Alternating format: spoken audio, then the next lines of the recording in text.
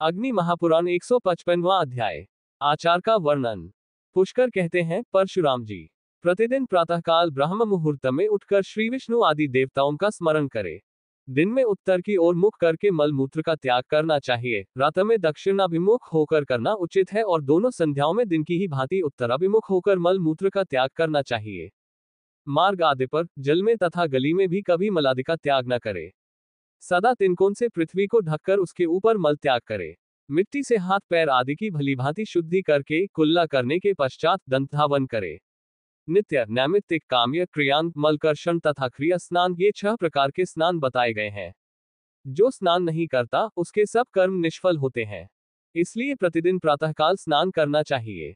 कुएं से निकाले हुए जल की अपेक्षा भूमि पर स्थित जल पवित्र होता है। उससे पवित्र झरने का जल, उससे भी पवित्र सरोवर का जल तथा उससे भी पवित्र नदी का जल बताया जाता है। तीर्थ का जल उससे भी पवित्र होता है और गंगा का जल तो सबसे पवित्र माना गया है। पहले जलाशय में गोता लगाकर शरीर का मैल धो डाले, फिर आचमन करके जल से मार्जन करे। हिरण्यवर्णा शून्य आदि 3 ऋचाएं, शमनो देवीर्विष्टे शून्य यजु शून्य 36। 12 यह मंत्र आपो हे अष्टा शून्य यजु शून्य 36।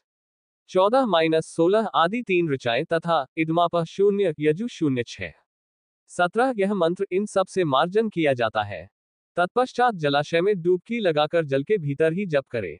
उसमें अघमर्षण सूक्त अथवा द्रुपदादिव शून्य यजु शून्य 20 मंत्र या युंजते मन शून्य यजु शून्य 5।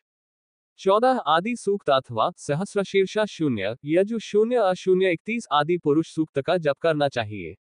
विशेषतः गायत्री का जप करना उचित है। अघमर्षण सूक्त में भावावृत देवता और अघमर्षण ऋषि है। उसका छंद अनुष्टुप है। उसके द्वारा भावावृत भक्तिपूर्वक वर्ण किए हुए श्रीहरि का स्मरण होता है। तदनंतर वस्त्र बदलकर भीगी धोती निचोड़ने के पहले ही देवता और पितरों का तर्पण करे। फिर पुरुष सूक्त यजु शून्य अशून्य 31 के द्वारा जलांजलि दे। उसके बाद अग्निहोत्र करे।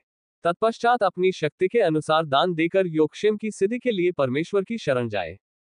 आसन, शय्या, सवारी, स्त्री, संतान और कमंडलू, ये वस्तुएं अपनी ही हों तभी अपने लिए शुद्ध मानी गई हैं।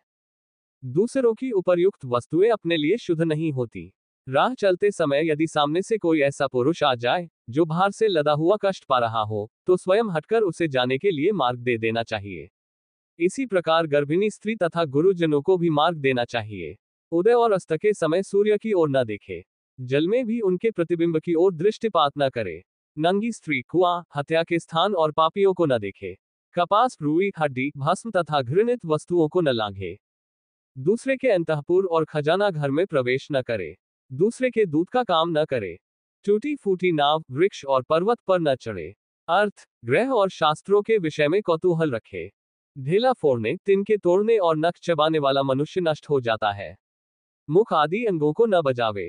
रात को दीपक लिए बिना कहीं न जाए। दरवाजे के सिवा और किसी मार्ग से घर में प्रवेश न करे। मुंह का रंग न बिगाड़े। किसी की बातचीत में बाधा न डाले तथा अपने वस्त्र को दूसरे के वस्त्र से न बदले। कल्याण हो, यही बात मुंह से निकाले, कभी किसी के अनिष्ट होने की बात न कहे। पलाश के आसन को व्यवहार में न लावे। देवता आदि की छाया से हटकर चले। 2 पूज्य पुरुषों के बीच से होकर न निकले। झूठे मुंह रहकर तारा आदि की ओर दृष्टि न डाले। एक नदी में जाकर दूसरी नदी का नाम न ले। दोनों हाथों से शरीर न खुजलावे।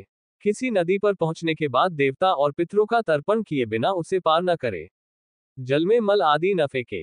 नंगा होकर न नहाए। योगक्षेम के लिए परमात्मा की शरण में जाए। माला को अपने हाथ से न हटाए। गदहे आदि की धूल से बचे। नीच पुरुषों को कष्ट में देखकर कभी उनका उपहास न करे। उनके साथ अनुपयुक्त स्थान पर निवास न करे। वैद्य, राजा और नदी से हीन देश में न रहे। जहाँ के स्वामी मलेच्छ, स्त्री तथा बहुत से मनुष्य हो, उस देश में भी न निवास करे। रजस्वला आदि तथा पतितों के साथ बात न करे। सदा भगवान विष्णु का स्मरण करे। मुंह के ढके बिना न जोर से हंसे, न जभाइल्ले और न छीके ही। विद्वान पुरुष स्वामी के तथा अपने अपमान की बात को गुप्त रखे। इंद्रियों के सर्वथा अनुकूल न चले, उन्हें अपने वश में किए रहे। मल मूत्र के वेग को न रोके। परशुराम जी छोटे से भी रोग या शत्रु की उपेक्षा न करे। सड़क लांघ कर आने के बाद सदा आचमन करे। जल और अग्नि को धारण न करे। कल्याणमय पूज्य पुरुष के प्रति कभी हुंकार न करे। पैर को पैर से न दबावे। प्रत्यक्ष या परोक्ष में किसी की निंदा न करे। वेद, शास्त्र, राजा, ऋषि और देवता की निंदा करना छोड़ दे। स्त्रियों के प्रति ईर्ष्या न रखे तथा उनका कभी विश्वास भी न करे। धर्म का श्रवण तथा देवताओं से प्रेम करे। प्रतिदिन धर्म आदि का अनुष्ठान करे। जन्म नक्षत्र के दिन चंद्रमा, ब्राह्मण तथा देवता आदि की पूजा करे। षष्ठी, अष्टमी और चतुर्दशी को तेल या उपटन न लगावे।